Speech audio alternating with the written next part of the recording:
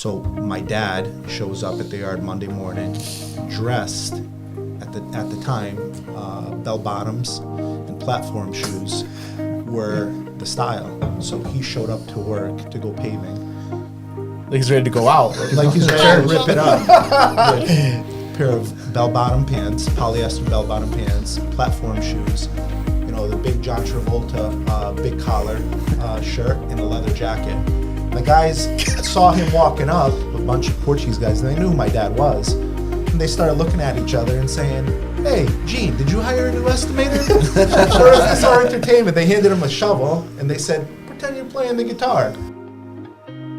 I think we're all living, like, all of us here are kind of living proof of that idea that, you know, if you instill in your kids the importance of family and getting together and, you know, going to have family lunches on a Sunday or, you know, I think we're all close because of that, because of the time that we spent as families, you know, getting together for birthdays and getting together for whatever it was. You know, I remember being with you guys a lot as kids, and that was because our family, you know, our parents, you know, always got together, and so I think we're living proof of it. I think we're all still close. We're close with our siblings. We're close because of that, you know, foundation that was built of the importance of family, and I feel so extremely blessed to have been a part of that because it's something that sticks with me today. I think it sticks with all of us, and I think we're doing the best that we can to try to instill that in our kids and make sure that they understand too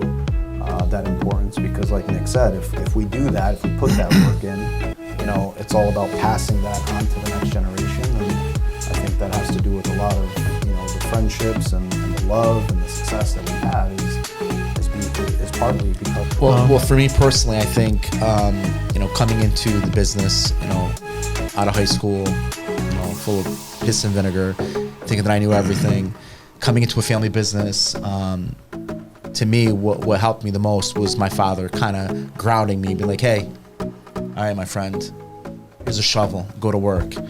And, you know, like you were saying, learning from the ground up, that's how it started for me and Louie, both, and Joe, for that matter, was we came into the family business. Nothing was ever promised to us.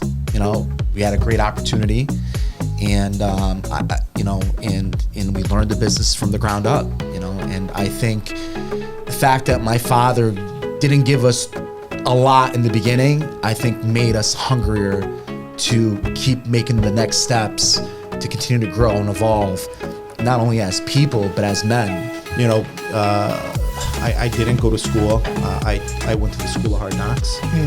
No regrets. The only, if there is a regret, it would be the experience, the college experience, that I think I missed out on. But as far as that, what I learned early on in my career, when it was just a job, has set me up to where I am today, and it's allowed me, you know, these two guys at my side to manage and run the day-to-day operations of the company that we have built. You know, seeing how hard both my parents worked, but still finding the time to put a meal on the table and have us sit down together as a family and eat, and that to me was paramount. That to me was invaluable. I mean, and I think no matter how hard you work, no matter how crazy your day is, you have to have that balance, right? You have to have your work life and you have to have your family life. And if you don't have that, it's going to throw, you know, your life all out of whack. So to me, that's one thing I remember vividly as a kid, and I think Louie can attest to it. And that's something that I've instilled in my family, is the fact that no matter how crazy our days have been, we're going to come home, we're going to break bread, and we're going to have dinner together as a family. Something that I share with my daughters is not to worry about what other people are doing. Don't worry about what you can't control. You know, with so much going on in this world, it's easy to get wrapped up in whether it's the pandemic or, you know, now the war or the economy, whatever it may be. But those are things that I don't think anybody in this room can control.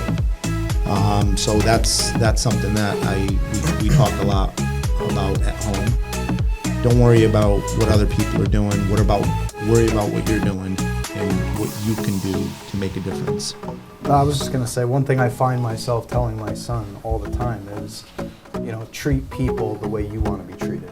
And that's something that, I think we all were taught at a very young age. And, that's not just to your teachers, to your friends, that's everybody. And I think that's part of what, has made us successful, is that we, whether it's a laborer or an operator, no matter what you're doing in our organization, we try to treat everybody like they're important, like That's right.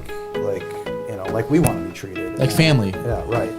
And so I think that in life in general, if you just take that for what it is, and that's why I feel like I keep telling my son that it's so important. I mean, if you take that motto and apply it to all different parts of your life, I mean, it's amazing how you can make people feel and how you make yourself feel when you treat people that way.